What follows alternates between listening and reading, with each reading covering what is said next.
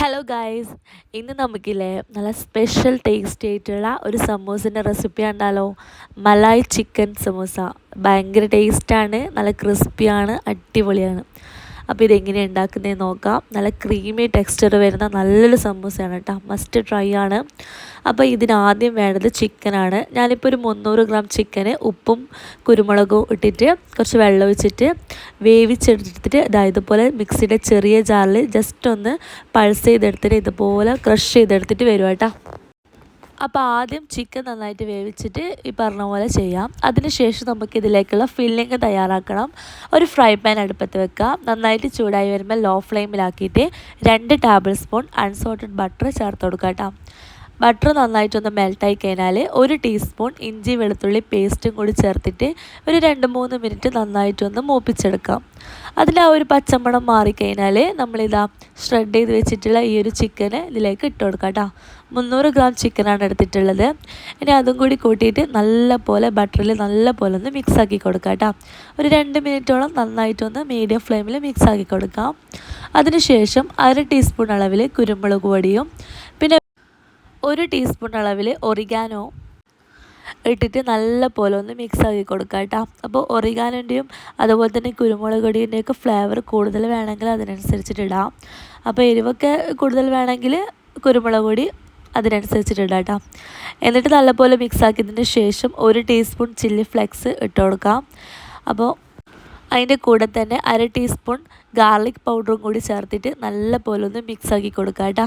അപ്പോൾ ലോ ഫ്ലെയിമിലിട്ടിട്ട് വേണം നന്നായിട്ടൊന്ന് മിക്സാക്കി കൊടുക്കാൻ. അങ്ങനെ ഇത് നന്നായിട്ട് മിക്സായി കഴിഞ്ഞാൽ ഇതിലേക്ക് ആവശ്യത്തിനുള്ള ഉപ്പും കൂടി ചേർത്ത് കൊടുക്കാം. പിന്നെ വേണ്ടത് ക്യാപ്സിക്കാണ്.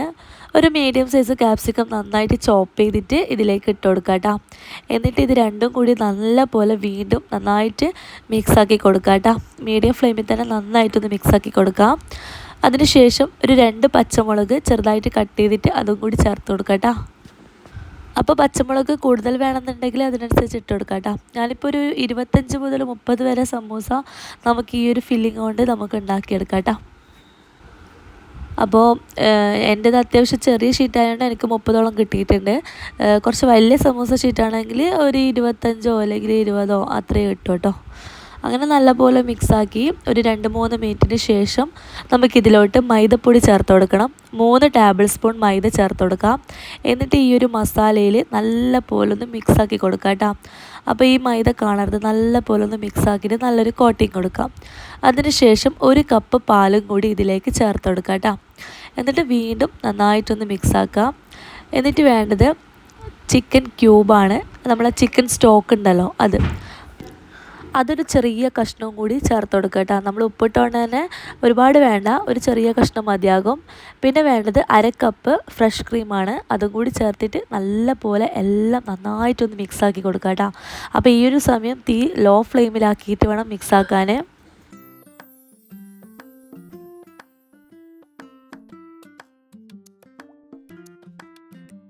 പിന്നെ ഇല്ലേ ഈ ഒരു ക്രീമില്ലേ നല്ല ടേസ്റ്റാട്ടാ. ഏകദേശം ഒരു പാസ്തൻ്റെ ഒക്കെ ടേസ്റ്റാണ് ഈ ഒരു ക്രീം. ഇത് വെച്ചിട്ട് നമുക്ക് ഇത് മാത്രമല്ല കേട്ടോ, സമൂസ മാത്രമല്ല പിസ്സ ഉണ്ടാക്കാം, ബൺ ഉണ്ടാക്കാം, പിന്നെ നമ്മൾ കുറച്ച് പാസ്ത വേവിച്ചിട്ട് അങ്ങനെ ഉണ്ടാക്കാം. അതിപ്പോൾ എല്ലാ ഫില്ലിങ്ങും നമുക്ക് 2-3 തരം ഈ ഒരു ഫില്ലിങ് വെച്ചിട്ട് ഉണ്ടാക്കാം കേട്ടോ. നല്ല ടേസ്റ്റാണ്. അപ്പോൾ ഇതാ ഇപ്പം നന്നായിട്ട് ഇത് നല്ല ക്രീമി ടെക്സ്ചറിൽ വന്നിട്ടുണ്ട്, ആ ഒരു ലൂസിൽ നിന്ന് പോയിട്ട്. അപ്പോൾ ഇത് ഈ ഒരു ടെക്സ്ചറിൽ ഇട്ടുമ്പോൾ നമുക്കിതിൻ്റെ ഫ്ലെയിം ഓഫ് ചെയ്യാം കേട്ടോ. ഇനി ഇത് തണുക്കുമ്പോൾ ഒന്നും കൂടി കട്ടയാകും. അപ്പോൾ അതുകൊണ്ട് തന്നെ ഈ ഒരു ടെക്സ്ചറിലെത്തുമ്പോൾ നമുക്കിതിൻ്റെ ഫ്ലെയിം ഓഫ് ചെയ്യാം. എന്നിട്ട് നന്നായിട്ട് തണുക്കാൻ വെക്കണം.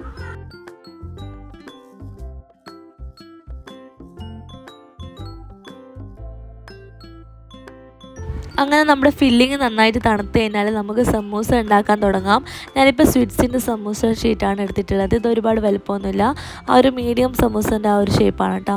പിന്നെ വേണ്ടത് കുറച്ച് മൈദ മിക്സാണ്. 2 ടേബിൾ സ്പൂൺ മൈദയിലേക്ക് 1/2 കപ്പ് വെള്ളം ഒഴിച്ചിട്ട് നന്നായിട്ടൊന്ന് മിക്സാക്കി കൊടുക്കാം. ഈ ഒരു മൈദ പേസ്റ്റ് നമുക്ക് എന്തായാലും അത്യാവശ്യം കേട്ടോ. ഇനി ഈ വീഡിയോ കാണുന്ന പോലെ തന്നെ സമൂസ ഫോൾഡ് ചെയ്യാം കേട്ടോ.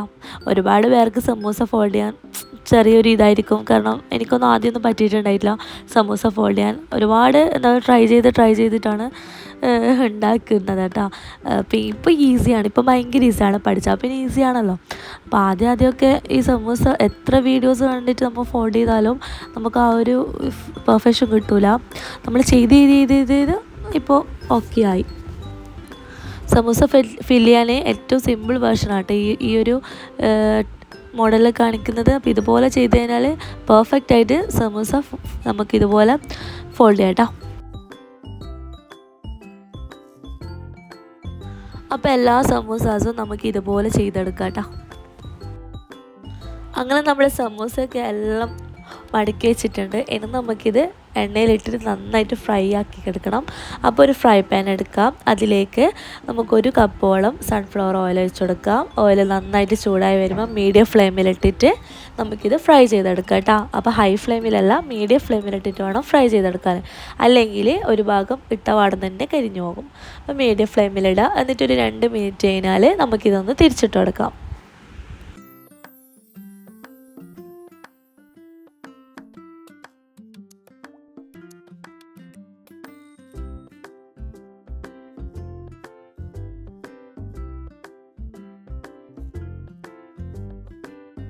അങ്ങനെ ഒരു ഭാഗം മുരിഞ്ഞ് കഴിഞ്ഞാൽ വീണ്ടും തിരിച്ചിട്ട് കൊടുക്കുക. അങ്ങനെ 3-4 തവണ അപ്പുറം ഇപ്പുറം ഇട്ടിട്ട് നന്നായിട്ട് തിരിച്ച് മറിച്ച് വിട്ട് കഴിഞ്ഞാൽ നമ്മളെ പെർഫെക്റ്റ് ആയിട്ടുള്ള മലായ് സമൂസ ഇവിടെ റെഡി ആവും കേട്ടോ.